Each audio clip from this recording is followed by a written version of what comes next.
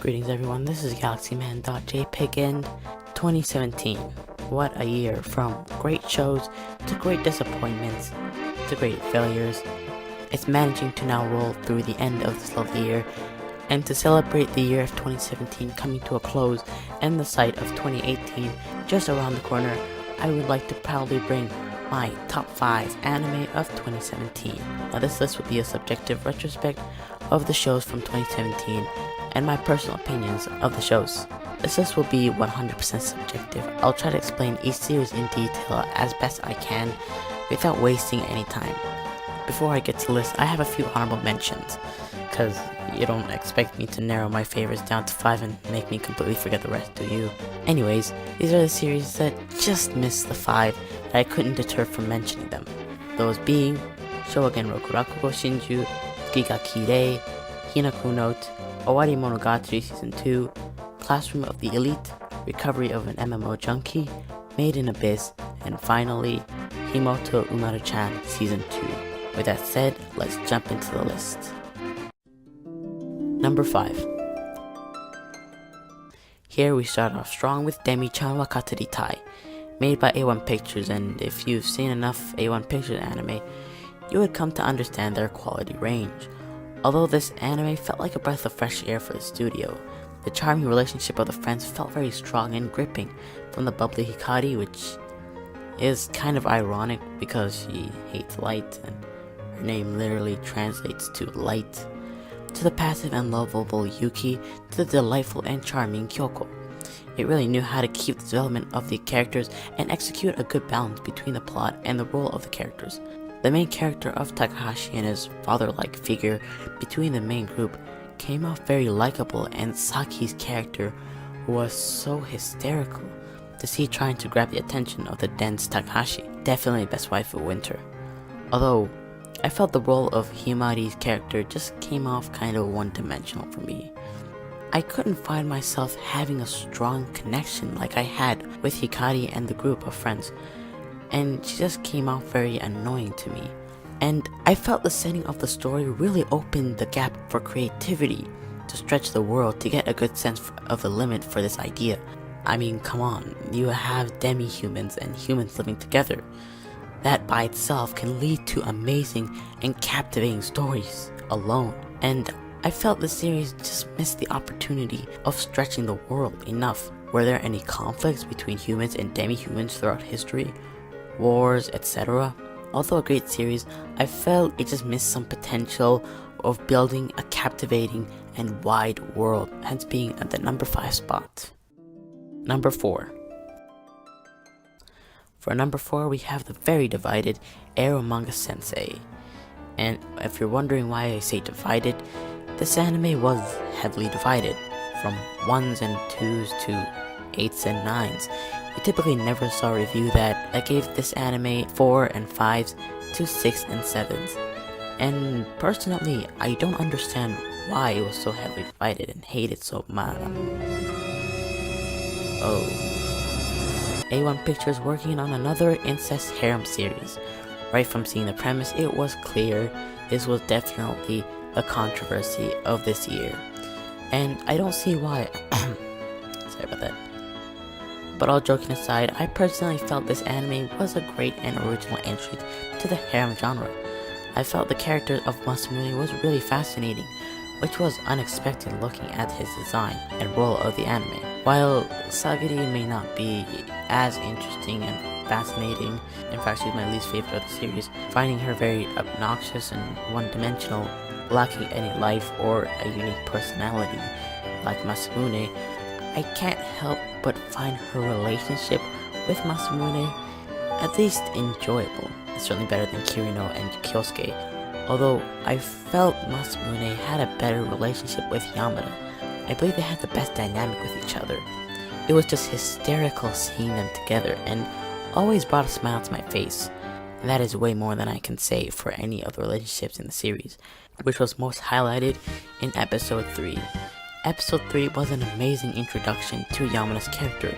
Another character which I felt established a fascinating personality was Muramasa, a fellow light novel writer with Masamune. Although she's more successful than him, being left-handed and preferring to write her manuscripts by hand rather than computer, and that was the idea that made me really connect with Muramasa from the first half and made me really want to know more about her. I was just hoping they wouldn't downgrade her into a generic love interest, and lo and behold, my nightmare came true. To the second half of the anime, I could tell the writers were losing focus of the character and resorting to making her a typical lifeless love interest. The music was great and really created an exciting and gripping mood for the series. The opening was done by Clarice and definitely fits. The anime was done by A1 Pictures, and what can I say that hasn't been said about the studio? It's vivid, it's fluid at points, the background and colors are very well done and capture a good feeling of liveliness, and generally appealing to look at. But this anime did have a lot of drawbacks that couldn't keep it from any higher on this list, hence being only number 4. Number 3. For number 3, I have Kobayashi's Dragon Maid. This anime was such a pleasure to watch. With a captivating and distinctive story, really fit with these memorable and charming characters. I really enjoyed a lot of the character dynamics of the series. And while the premise may not be the most original and exciting, the series fully understands that and embraces its unoriginality with character development and a focus on each relationship to mask the absence of story. The writing of the series really makes this series all the more charming and polished. The characters had a gripping and exciting development and care put into each of them, and most of the relationships in the series were handled very well and made you really care for them. The one that shines the most in my opinion was actually the main relationship between Toru and Kobayashi. I think they had the strongest bond together, and while in the beginning the relationship, especially Kobayashi's character, kind of came off unlikable and annoying, it really developed and made the whole relationship very charming.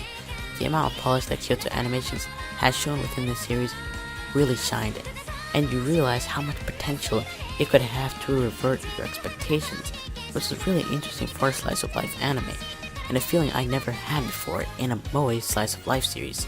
To understand what I mean, you can go check out my 12 Days of Anime Day 1 video to get a better understanding of where I'm coming from. The music was one of the best. The opening was iconic and really made you excited for the ride, and left you even more stunned and captivated by the potential quality of the series. And while I love the show, it's definitely not without its flaws. I felt there was a huge missed potential for a few characters in the series. I believe Elma could have had a stronger role and a grounded relationship with the cast. I was excited for what they could do with the character, which just left me even more disappointed to see where the character headed.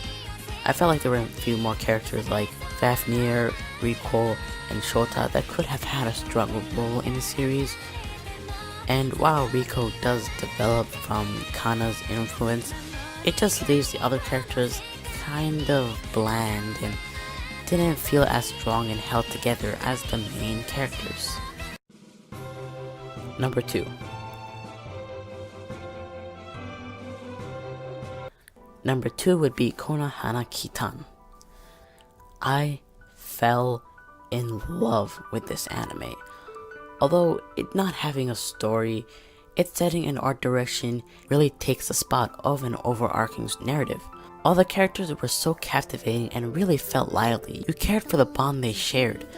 I felt Yuzu and Satsuki's relationship shined the most. They are really connected, and along with Satsuki's tsundere aspect mixed with Yuzu's danzare character, created a great chemistry and writing which became a delight to watch. The world they established felt rich, and the ancient Edo feeling it set out, seeing Konohana in different angles, became so engaging, and it really felt like you were thrown into this world. It tells you so much about the world without any exposition, although I would have still liked to know what else this world had to offer, since there were many instances of magic, and I wanted to know, were there magicians, different species that practice different kinds of magic or potions. Although this world felt very gripping and enchanting, which was rare from Moe series, I would have still liked to know more elements outside of Konohana. Number 1. For number 1, I have Blend S. This series was such a joy to watch, and certainly one of the highlights of fall. And we already seen series that take this direction. Gabriel Dropout, Kobayashi, Eromanga, Hinako no, etc. So how could a series such as this be any different or unique to make it, in my opinion, one of the best anime of this year? Well, I believe this series shines most in the writing and characters. There's an absence of story in this series, and rather opting for character-driven comedy to develop characters, and I was surprised to find out how much creativity and passion went into the writing.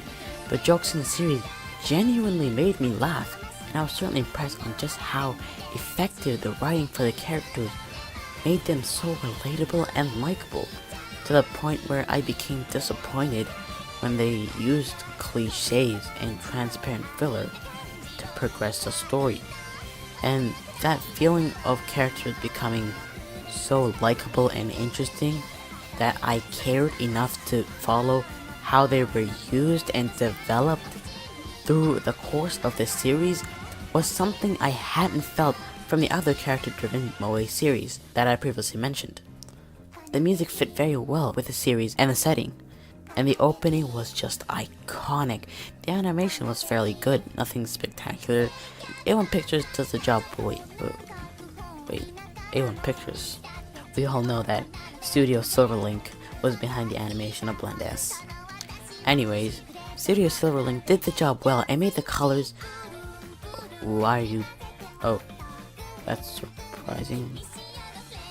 I guess A1 Pictures did the job pretty nicely. The colors were very vivid and made the whole setting very distinctive and fitting. And while I loved this series, it was certainly not without its flaws. There was a lot of potential they could have taken with some of the characters. I felt Hidari could have had a stronger bond with the cast. And it was a shame too, since the introduction to Hidari's character in episode 8 was by far my favorite episode in the series, and made me really get attached and fascinated to Hidari's character, to ultimately not really use the character too much.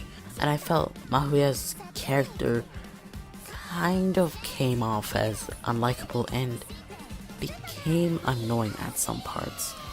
Although I did really enjoy the chemistry she had with Kao. I just wish they had shown more, along with Hidari and Mio's relationship really shined, although like Kao and Mahuya's chemistry, I kind of wanted to see more. Overall, this series was such a delight to sit through, and I always became more and more impressed as the series developed, which is also something I hadn't experienced from the typical slice of life series of this year, which is why I hold as my favorite anime of 2017.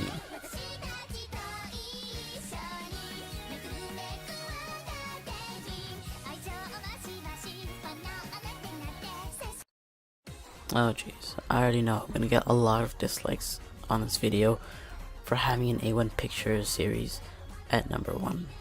But that's my opinion, and if you disagree with any of my choices and you would like to show that frustration from my casual scrub opinions telling me how wrong I am, then leave a comment, or heck, even make your own list. With that said, I'd like to thank you all for watching, and have a good night.